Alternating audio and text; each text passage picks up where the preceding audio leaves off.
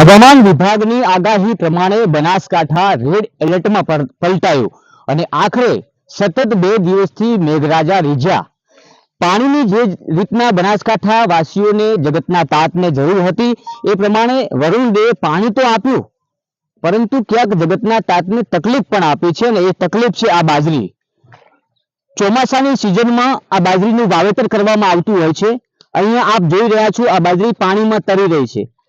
Completely લેવાની તૈયારી હતી, લણણી કરવા માટે આ બાજરી વાઢવામાં આવી હતી, એટલે કે કાપણી કરવામાં આવી હતી।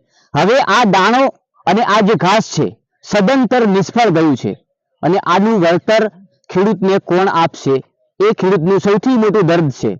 દર્દ એટલા માટે છે કે 4 મહિના સખત પરિશ્રમ કરી ખરો પરસેવો આ ખેતરમાં પાડીને બાજરી લેવાની તૈયારી કરી અને આખરે મોઢે આવેલો કોળિયો કુદરતે છીનવ્યો છે।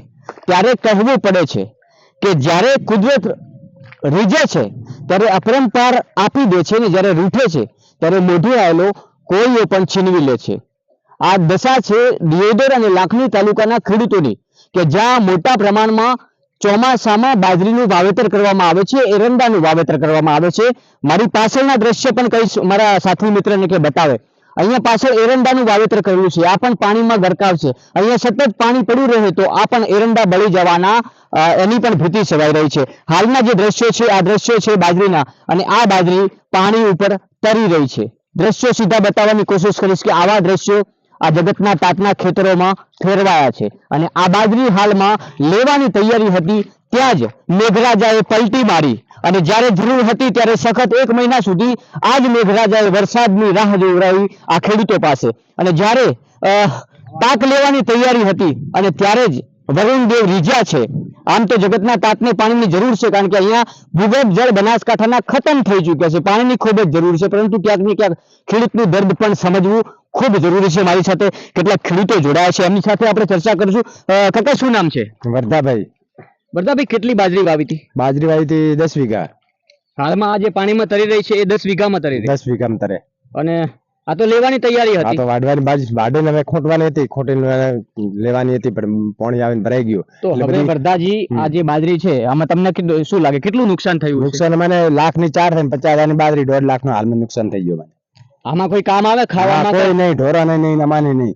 આ ઘાસ બધી હળી જાય છે અને દોણો છે બધું ઉગી ગયો છે અને ખાતર થઈ ગયો મને હાલ જ આ પાણીમાં પડ્યો એટલે 2 દિવસથી આ ખાતર થઈ ગયો મને। કોઈ કામ ના, કોઈ કામ નહીં, ઢોરો માલ નહીં, અમારે ખાવાનો નહીં, અમારે ભૂખી મારવાનો છે। હવે કેટલા મહિનાની તપસ્યા? આવાને 4 મહિનાની, ચોમાસી 4 મહિનાની। એમાં પ્રસાદ પાછો 2 મહિના ખેંચવાનો એટલે બોરના રોંગા કરી કરીને પાણીયાથી નેઠ રાત દાડો કરી કરીને મજૂરી કરી કરીને પાવીના નેઠ તૈયાર કર્યો, ખર્ચો કર્યો, પણ હવે મને કોઈ મળવાની આશા નહીં।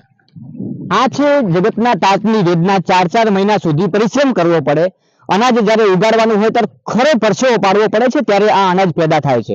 માત્ર નાખી દેવાથી અનાજ પેદા થતું નથી અને ઉગતું પણ નથી, એની પાછળ ઘણો બધો પરિશ્રમ કરવો પડે છે, ત્યારે આ પાક ખેડૂત લેતો હોય છે અને લઈને બજારમાં જતો હોય છે। ત્યારે અહીંયા આ જે દ્રશ્યો ખરેખર દુઃખ અને દર્દ ભર્યા દ્રશ્યો છે અને આ દ્રશ્યો પણ બતાવવા ખૂબ જરૂરી છે, સરકાર સુધી પહોંચાડવા પણ જરૂરી છે। ઘણા લોકો એમ પણ કહેતા હશે કે આમ પાણી જોઈએ છે અને આમ જ્યારે પાણી આવે છે ત્યારે આવી વેદનાઓ ઊભી થાય છે, પણ આ વેદના બતાવવી પણ ખૂબ જરૂરી છે। મારી સાથે બીજા એક ખેડૂત જોડાયા છે। શું નામ છે આપનું? મારું નામ રોજગાર। તમે અહીંયા શું કરો છો? અમે જમીન પાઈ છે, મતલબ આ જમીન તમે ભાગમાં વાવી? ભાગમાં વાવી। કેટલો ભાગ મળે છે? ભાગમાં 6 ભાગ મળે છે। તો હવે ચોથા ભાગમાં તો ખેડૂતને જ કઈ જે ધણી છે, જમીનનો માલિક છે, એને કઈ વધે એમ નથી, તો તમારે શું? અમારે કોઈ વધતું નથી, મજૂરી વધતી નથી। 4 મહિનાનો આખો પરિશ્રમ એળાઈ ગયો, મજૂરી કરે એના રહેશે ને। હવે આ વેદના છે, હવે આ છે આ ખેતરમાં આ વાવણી કરેલ જે ભાગ્યા કહેવાય, આ વિસ્તારમાં જે ખેતરમાં માલિક હોય છે એ ભાગ્યા તરીકે રાખે છે અને ચોથો અને 5મો ભાગ બંધાયેલો હોય છે। કહી શકાય છે હાલમાં આ ભાગ્યાને બિલકુલ મજૂરીના પણ પૈસા વળતા નથી, એટલે આનાથી બીજું દર્દ મોટું કઈ હોઈ શકે? દર્દની વાત તો સરકાર સુધી પહોંચાડવી જ પડે અને આવા દ્રશ્યો પણ સરકાર સુધી પહોંચાડવા પડે। માત્ર પાણી, વરસાદ આવ્યો છે ને અહીંયા પાણી ભરાણું છે અને પાણીની ખૂબ જરૂર છે એવી વાતો નહીં, આવી વાતો પણ સરકાર સુધી પહોંચાડવી પડશે। મારી સાથે બીજા ખેડૂત પુત્ર જોડાયા છે। શું નામ છે આપનું? ભરતભાઈ। ભરતભાઈ, તમારે કેટલું નુકસાન છે? બહુ નુકસાન તો બહુ જ છે। નુકસાનની તો વાત કરો ને તો ઓછું, બિલકુલ ખૂબ નુકસાન છે।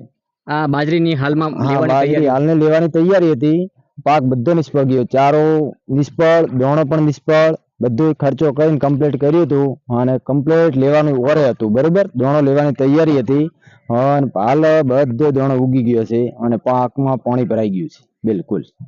આવા અનેક ખેડૂતોના ખેતરમાં દ્રશ્યો સર્જાયા છે કે બાજરી લેવાની તૈયારીઓ હતી ત્યાં જ આ બાજરીનો દાણો હાલ પાણીમાં તરી રહ્યો છે, એટલે કે ઘાસ પણ બળીને ખાક અને દાણો પણ કીચડની જેમ સડીને ખાક. એટલે હવે નહીં પશુઓ ખાઈ શકે કે નહીં આ કોઈ મનુષ્ય ખાઈ શકે એવી પરિસ્થિતિ હાલમાં થઈ છે. વરદાજી પાસે ફરી આવી. વરદાજી, નુકસાન બહુ થયું છે, સરકાર પાસે શું અપેક્ષા છે? સરકાર પાસે મેં આનું વળતર માંગો છો કે વળતર આપે, તમે ઘાસને પાછો લાવીને માલને નભાવી શકો, અમાને ખાવાના દાણા લાવી શકો. પશુપાલન રાખો છો? પશુપાલન છે જ ને, પશુપાલન માં તો બધું મને હડી જ છે ને બારો. તો હવે શું ખવડાવશો? હવે કોઈ નહીં, હવે સરકાર પૈસા મને આપે વળતર કોક તો અમે લાવીને ઘાસચારો સારીને દૂધ ભરાવા અમે, તો અમારી રોજી પૂરી થાય. સાચી વાત છે. આમ તો બનાસકાંઠા જિલ્લો એટલે પશુપાલન અને ખેતી સાથે સંકળાયેલો જિલ્લો છે અને હવે આ જો પરિસ્થિતિ જોઈએ, આ દ્રશ્ય જોઈએ તો એવું લાગે છે કે પશુપાલન પણ નિર્ભર નભી શકે એમ નથી કે લોકો ખેડૂતો પણ નભી શકે એમ નથી, એવી પરિસ્થિતિનું નિર્માણ થયું છે. જોઈ રહ્યા છો આ બાજરીના પૂળા કહેવાય આ વિસ્તારમાં, અને બાજરીની ઘાસ છે એ પણ પાણીમાં ગરકાવ છે. અને જે રીતના દ્રશ્ય તમને સીધા બતાવીશ, મારા સાથી મિત્રોને કહીશ કે આ પણ દ્રશ્ય બતાવે. આવા દ્રશ્યો સર્જાય છે. આ બાજરી હવે સડી જવાની છે અને આ ઘાસ છે, આ ઘાસ પણ સડી જવાનું છે. એટલે કહી શકાય કે જે પ્રકારના દ્રશ્યો સર્જાયા, ખેડૂતના હિતની વાત કરવી જોઈએ, સરકાર સુધી પહોંચાડવાના પ્રયત્નો પણ કરવા જોઈએ, કારણ કે જગતનો તાત હશે તો જગત હશે અને જગતના તાત વિના આ જગત પણ અધૂરું છે. એટલે જગતના તાતની વેદના સમજવી, સરકાર સુધી પહોંચાડવી ખૂબ જરૂરી છે. રાજ ગજ્જર, બનાસ તક.